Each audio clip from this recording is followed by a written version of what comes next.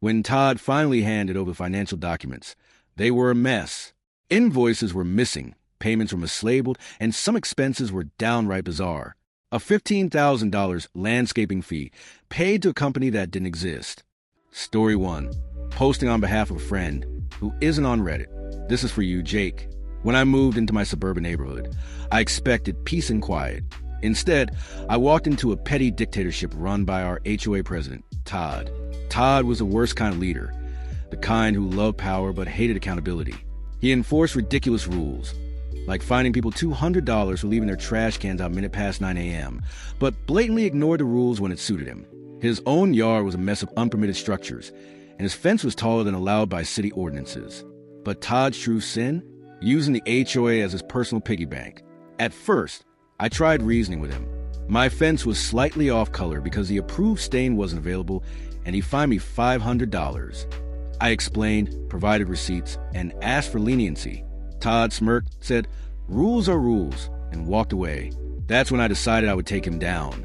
Not with screaming or public arguments, but methodically, legally, and in a way he'd never recover from. Step 1, become the inside man. Todd's first mistake was underestimating me. I volunteered for the HOA board under the guise of wanting to get involved in the community. I played the part of the eager, naive newbie perfectly. For 2 years, I attended every meeting, quietly observing how Todd operated. I learned he controlled the board by bullying other members and burying them in paperwork. He'd push through votes when only his allies were present and conveniently lose paperwork submitted by dissenting homeowners. I kept my head down, took detailed notes, and waited. My goal was to outlast his term as president so I could begin making changes. Then I discovered Todd's second mistake. He wasn't just a bully, he was a thief. Step 2, follow the money. Todd loved to brag about how he kept the HOA's finances in order, but something didn't add up.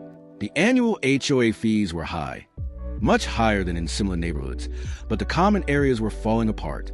The pool was closed half the summer due to maintenance issues, and the landscaping looked like it hadn't been touched in months. I started digging. As the HOA treasurer, Todd had access to all the accounts, but he was notoriously cagey about sharing financial details. I asked for the budget during a meeting, and Todd laughed it off, saying, "Don't worry, I've got it under control." I filed a formal request for financial records, which, under HOA rules, he was required to provide. Weeks went by with no response. That's when I started talking to neighbors. Turns out, I wasn't the only one suspicious. Over a dozen homeowners had requested access to the budget over the years, only to be ignored. One neighbor claimed Todd had used HOA funds to install a new patio at his house, while another swore he'd seen Todd's kids at the community pool during its maintenance closure. Armed with these suspicions, I filed a formal complaint with the HOA board, forcing Todd to provide the records. He stalled, but I wasn't backing down.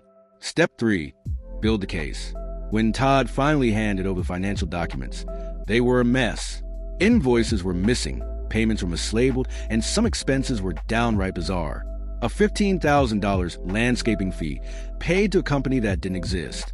Thousands spent on administrative costs with no explanation. I cross-referenced the HOA's bank statements with public records and found the smoking gun. Todd was funneling money to his personal accounts. Even better, I discovered Todd had been inflating contractor fees, pocketing the difference, and splitting the profits with his buddy, a shady contractor who handled most of the HOA's maintenance. I compiled everything into a detailed report, complete with spreadsheets, photos, and notarized statements from neighbors who had seen Todd's antics firsthand. Step 4, the coup. I waited for the annual HOA meeting, which was typically a snooze fest attended by only a handful of homeowners. But this time, I made sure people showed up. I spent weeks knocking on doors, explaining what Todd had been up to. I didn't share everything, just enough to get people angry and curious. On the night of the meeting, the room was packed. Todd started the meeting like usual, droning on about how difficult it was to manage the HOA and how much he'd sacrificed for the community. That's when I stood up. I calmly asked if he could explain some discrepancies in the budget. Todd laughed nervously and said, "I don't think this is the time or place." I replied, "Actually, Todd, it's the perfect time." I handed out copies of my report to everyone in the room. The mood shifted instantly. People started reading, whispering, and then shouting. Todd tried to regain control, but it was too late. I called for a vote to remove him as president. By the end of the night, Todd was out. Step 5, the final blow. After Todd was removed, we hired an independent auditor to go through the HOA's finances. They confirmed everything. Todd had embezzled over $50,000, mismanaged tens of thousands more, and committed multiple counts of fraud. We reported him to police and filed a civil lawsuit to recover the stolen funds. But it didn't end there. Todd's shady contractor buddy was also exposed and banned from doing business in the county. Todd had to sell his house to pay restitution and legal fees. His name became a running joke in the neighborhood, and no one would touch him professionally. With Todd gone, we restructured the HOA to prevent another dictator from taking over. We implemented term limits, required multiple board members to approve financial decisions, and created an online portal so all homeowners could access budgets and meeting minutes. The aftermath. Every time I walk past Todd's old house, now owned by a lovely family, I smile. The pool is open, the landscaping is beautiful, and the HOA fees are lower than ever. Todd, meanwhile, moved to a neighboring town where he reportedly tried to join another HOA board.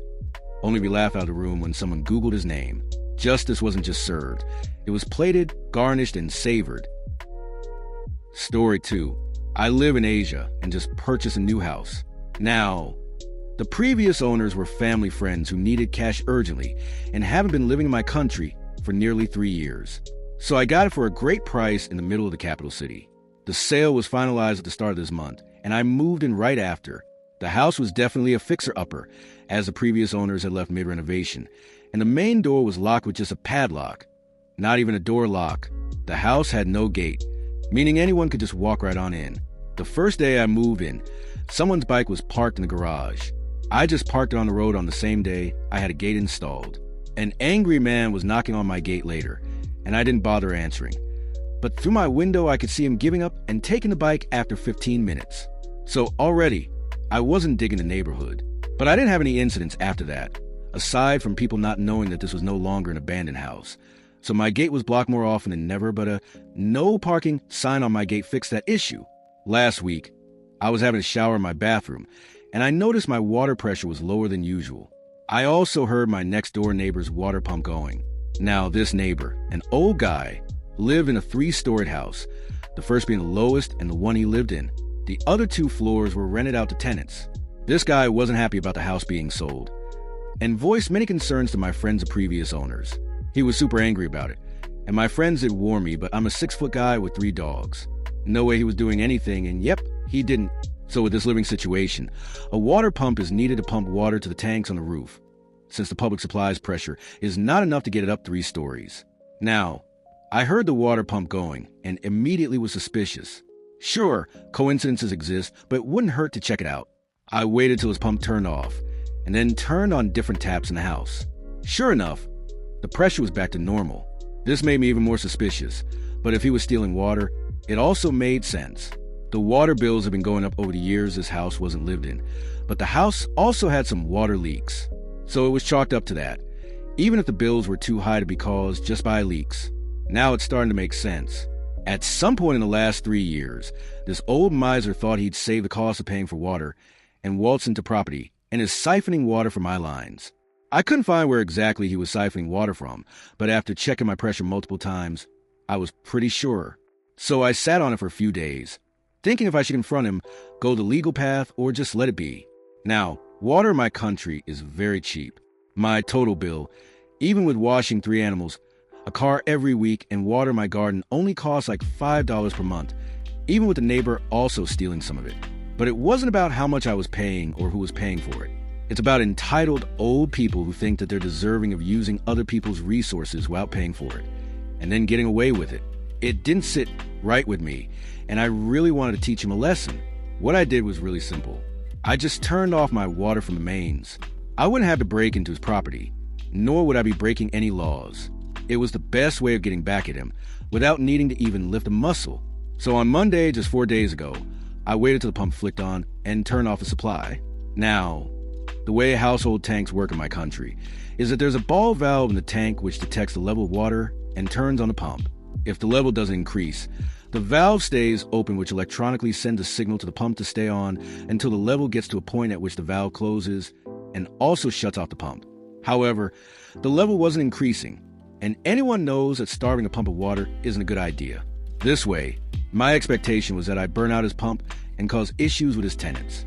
What I didn't account for is that his pump running constantly would mess up the fuses by constantly drawing power overnight and absolutely destroy his wiring. If he decided to upgrade his household wiring to a more modern standard, this would have been prevented. This house clearly still had 90s era wiring.